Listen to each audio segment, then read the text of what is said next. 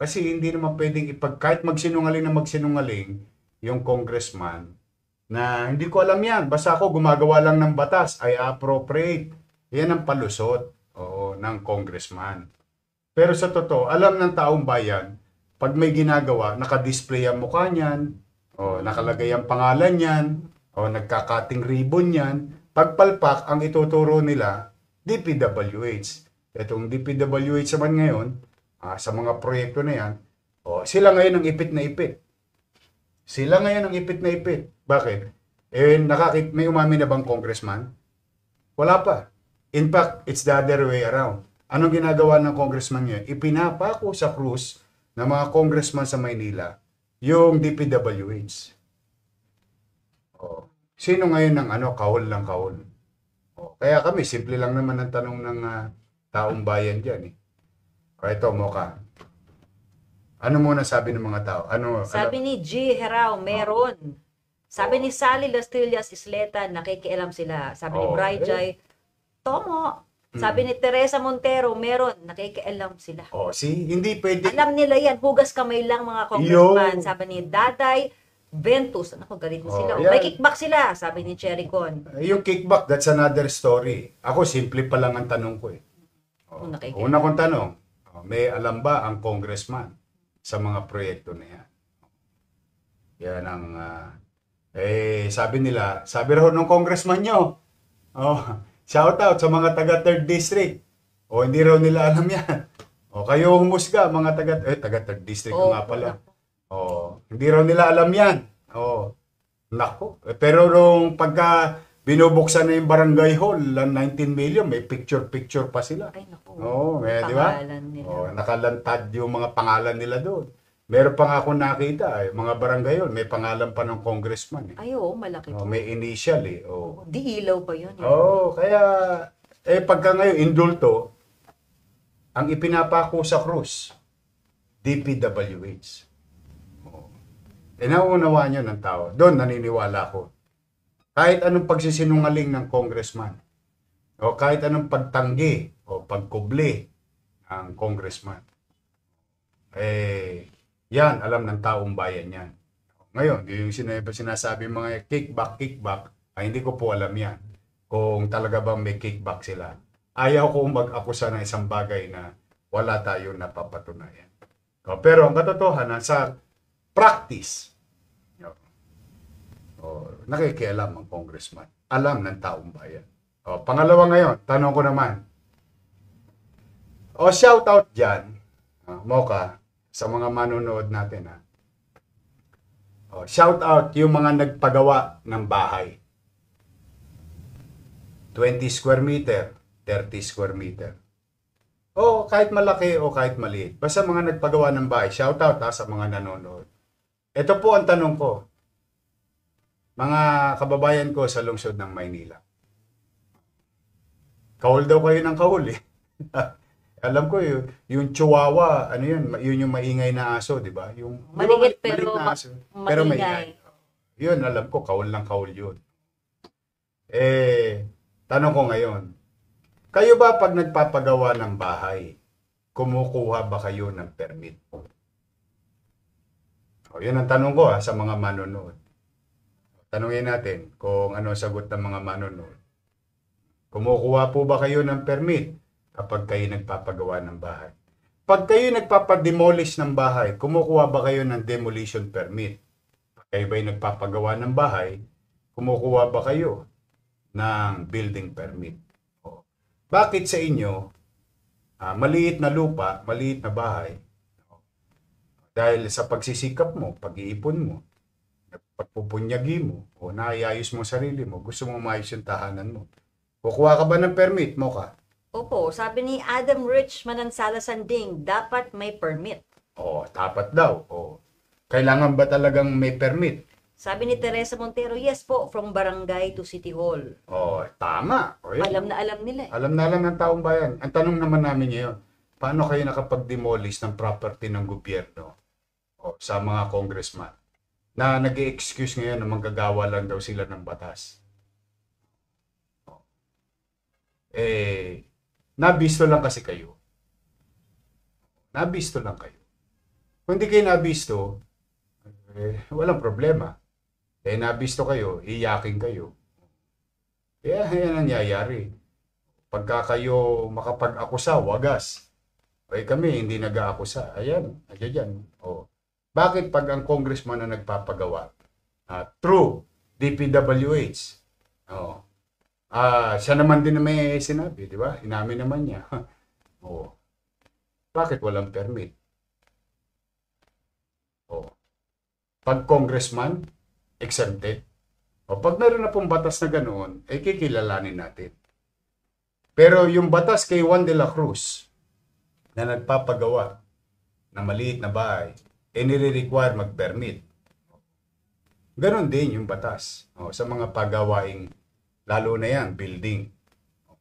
Dahil yan, pag may nangyaring masama dyan, na mananagot dyan, lokal na pamahalaan. Ngayon, matanong pa, ano sabi ng mga tao? Meron daw talagang permit. Kahit nga daw po renovation lang, may permit. Sabi ni Evangeline Esguera, matatalino po. Sabi sa inyo, matatalino ang tao eh. Ayaw nyo maniwala eh. Palusot pa kayo ng palusot, mga congressman. Matatalino tao. Alam ng tao. Ngayon, ano ngayon ang itatanggi nyo dyan? So, yan po. Ngayon. Okay. Ito naman pangatlong tanong naming taong bayan. Naniniwala ba kayo, ito, sa taong bayan, naniniwala ba kayo? Ito lang ano lang to, mga opinion naman to. Naniniwala ba kayo, o mga manonood, na kailangan humingi ng permiso sa lokal na pamahalaan nitong mga proyektong ito? Tanungin natin ng taong bayan. Ano ang sasabihin ng taong bayan? Di ba? Bakit? Yun nga maliit na tao, pinahingi nyo ng permiso eh. Yung pa kaya sila. Di komo ba sila ay congressman? Alam mo ka, naglakihan ang ulo nito mga to eh. Iba kilala nyo naman sila nung nagsisimula pa yan. Oo. Iba talaga nagagawa ng kapangyarihan. Alam mo, minsan, ang langaw, pag tumuntong sa kalabaw, ang feeling niya, mas malaki pa siya sa kalabaw. Ganyan ang utak langaw. Ugaling langaw. Pero yan, nandiyan dyan yan. Basta tayo ginagalang natin sila lahat. Hindi po pwede lang na mamihasa sila na yung napapalusot nila nung araw. Wardi-wardi o siga-siga. Ngayon, nakahanap kayo ng katapat, iyakin naman kayo. Ako nga, minsan. Sana pag nag-imbestiga sila sa labas ng Kongreso. Para pagka-libelous yung akusasyon nila. Kasi ang nila dyan, excuse nila dyan, nasa loob sila nasa hall ng Congress sila. Kaya nila mang-api ng mga individual. But anyway, tapat-tapat lang yan, Brad. Shout out sa mga taga 3rd District. Shout out sa inyo. Kayo po ang umusga. Lalo dyan sa 3rd District, marami nag-a-apply dyan ng building permit. Sila, naalala nyo ba, na hirap kayo dati dito sa zoning. Zoning pa lang bagsak na, ang tagal na. Pero ito, wala pang permit, gibaan na. Bakit? Kasi, pagawa ng congressman. Special child eh. Mukhang special child itong ilang congressman natin eh, di ba? So anyway, that's water under the bridge. We'll see. Tingnan natin if we mean business. I'll see you soon. Diba? Yung comment po, sabi nga, dapat lahat. Dapat kumuha, yes po, dapat humingi ng permission sa LGU, sabi ni Amy Jovel. Alam po nila ang sagot, dapat po, sabi ni Janice Buendia Pardo Budoy. Opo, kailangan po humingi ng permiso kahit sa barangay, sabi ni Rita Pinlac. Hindi raw eh. Wala raw silang alam dyan. Ito pa pagandang sinabi ni Rhea Joy F. Selim. Yes, dapat. Malakas ang loob nila kasi nasa posisyon sila. Pero pag tulad lang namin na maliit na tao, aping-api sa ginagawa nila, hindi nagiging patas. See? Yan ang nararamdaman ng tao. Shout out sa iyaking congressman. Yan ang mga Nakakuha lang kayo ng katapat eh. Pero tingin ko marami na nagsisisi dyan. Kaya, Tingin ko naman. Meron namang araw para dyan. So, okay. So, yan po. Kaya lagi ko yung mag-iingat dahil itong problema natin sa baha tuwing umuulan ay hindi mawawala agad-agad. Pero, rest assured, in our own little way, hindi po tayo titigil na linisin yung ating mga drainage system. Natutuwa lang ako kanina, maraming nagpapadala sa akin ng mga messages. If there is any consolation, nakita nila yung tubig malinis. Kasi nawawala na po yung mga burak nakukuha na po natin. So, ingat lang po. O ngayon, usapang permiso. May nagsasabing congressman, sila lang daw yung, ang tawag dyan, parang politika yung statement. O ito, wag na ako kayo lumayo. Ito patunay. Una, si Erwin Cheng, hindi natin yan kapartido.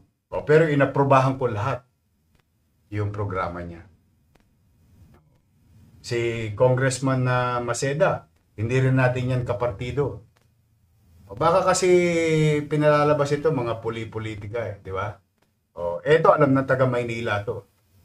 Alam ng taga Maynila, hindi pwedeng ipagkaila to sa Maynila. Kabago-bago pa lang naman ang eleksyon. Si Congressman Erwin Cheng. Daming programa, daming project. Nagpunta, sabi ko, basta ito kukunin mong permiso. Kukunin mo to. Kukuha. Inaprobahan ko. Hinarangan ko ba yung ikabubuti ng taong bayan? Hindi. Ganun din kay Congressman Maceda. Hindi ko rin yung kapartido. Inaprobahan ko din. Maganda yung isang project ni Congressman Maceda. Sige, approve. Kaya lang, kayo ba, gagastos kayo ng 19 million pera ng taong bayan. Gagawa ng barangay hall. No? Tapos, sa bangketa. Tapos tatakpan yung eskwelahan. Tama ba yun? Aprobahan mo ba yun? Unang-una, tama rin siya. Tama rin siya na marami ng barangay hall na nasa bangketa sa Maynila. Tapos dadagdag pa siya. So, ibig sabihin, yung mali, gusto niya ipagpatuloy kasi nagmukhang tama.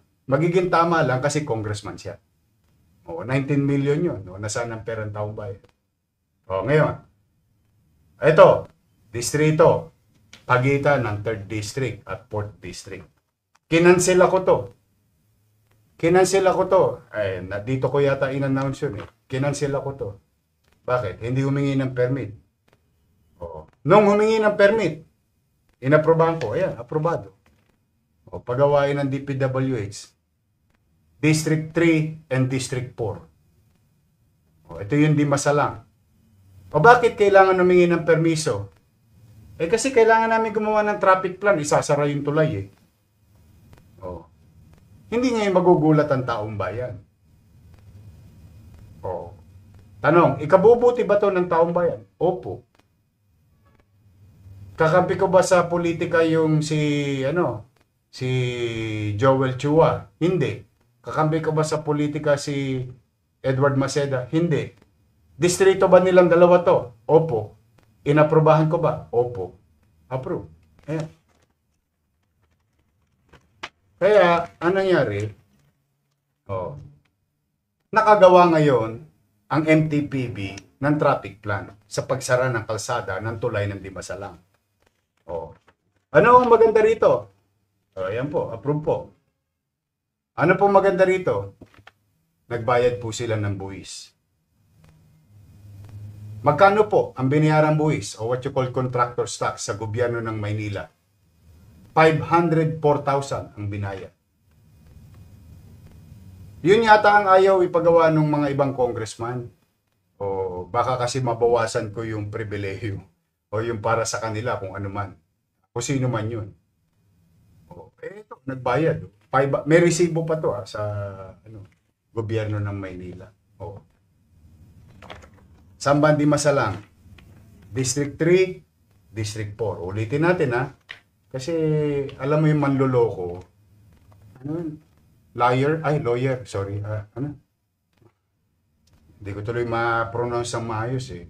Kasi minsan napapansin ko yung lawyer na congressman, nagiging liar na congressman. Ano raw, binubuli. Ano bully? Nahuli lang, nabisto lang kayo. Kaya umiiyak kayo. Ito, sa inyo to, sa distrito nyo to. DPWH.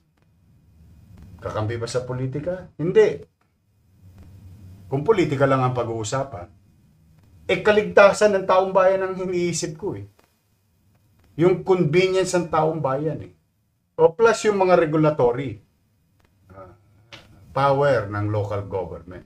O, ibinalik sa akin, nag-apply, o binigyan ko, inaprobahan ko, nagbayad ng buwis, o legal ngayon. Kaya pag tinanong ka ng taong bayan mo ka, bakit sarado hindi masalang X number of date, X number of time? Kasi may gagawin.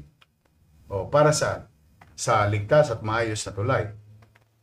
Kung politika lang, o yan. Marami pa. Ibang mga congressman, sila Dionisio. O, lahat sila. Di ba? Kung politika at politika, wala ho yun. Ako, sanay po ako ng politika.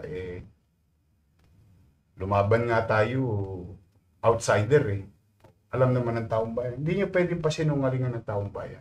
Wala na po kayo mabobola ngayon. Mga iyakin. Kayo na nabisto eh. Dati kayo nang bibisto eh. Kayo yung kahol ng kahol. Ngayon kayo nabisto, umiiyak kayo na binubuli kayo. Hindi kayo binubuli. Ayaw nyo lang mabisto. Tapos ngayon, pag nabisto, tuturo mo DPWH. Kawawan DPWH. Ako nanonood ako nung Senate hearing. Ewan ko ano kaya reaksyon ng taong bayan sa Senate hearing. Unti-unti na nabibisto yung yung mga congressman. Mga naging contractor.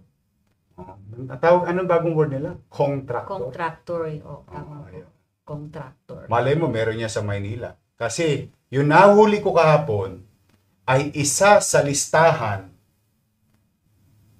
ng kontraktor na pirepresenta ni Presidente ay kontraktor ng 3rd District ng Manila sa flood control din sa buong bansa. Yap. Mukhang ayaw nilang malaman ng tao yun. Pero ilalahad natin yan. May oras ako para dyan. Pero ngayon, kasi naawa naman ako sa tao. Kasi pinag-uusapan natin yung baha. Talagang yun ang nangyayari. Ngayon, Mocha. Balik rin naman natin. Pupunta ako sa bahay mo. I-rearrange ko yung sala. Magagalit ka? Pag hindi kayo nagpaalam? Oo. Syempre po. Oo. Kasi yung mga Bahay mo gamit, yan eh. oo, tsaka... Tama ba? Oo. Ako chairman eh. Pwede ba yun? See? Tamo? Parang boss, parang common sense, di ba? Exactly. Kaya akala nito mga congressman na to, naloloko nila yung taong bayan. Hindi ho. Alam ng taong bayan, manood kayo sa comment. Tingnan natin. Very, nga sila, engrossed po sila sa ating topic actually eh. Di ba? Oo. Kahit na anong pagsisinungaling nyo, hindi namin alam yan. Gumagawa lang kami ng batas. Lelang yung panot. Bubulahin nyo pa taong bayan. Alam ng mga taong bayan yan.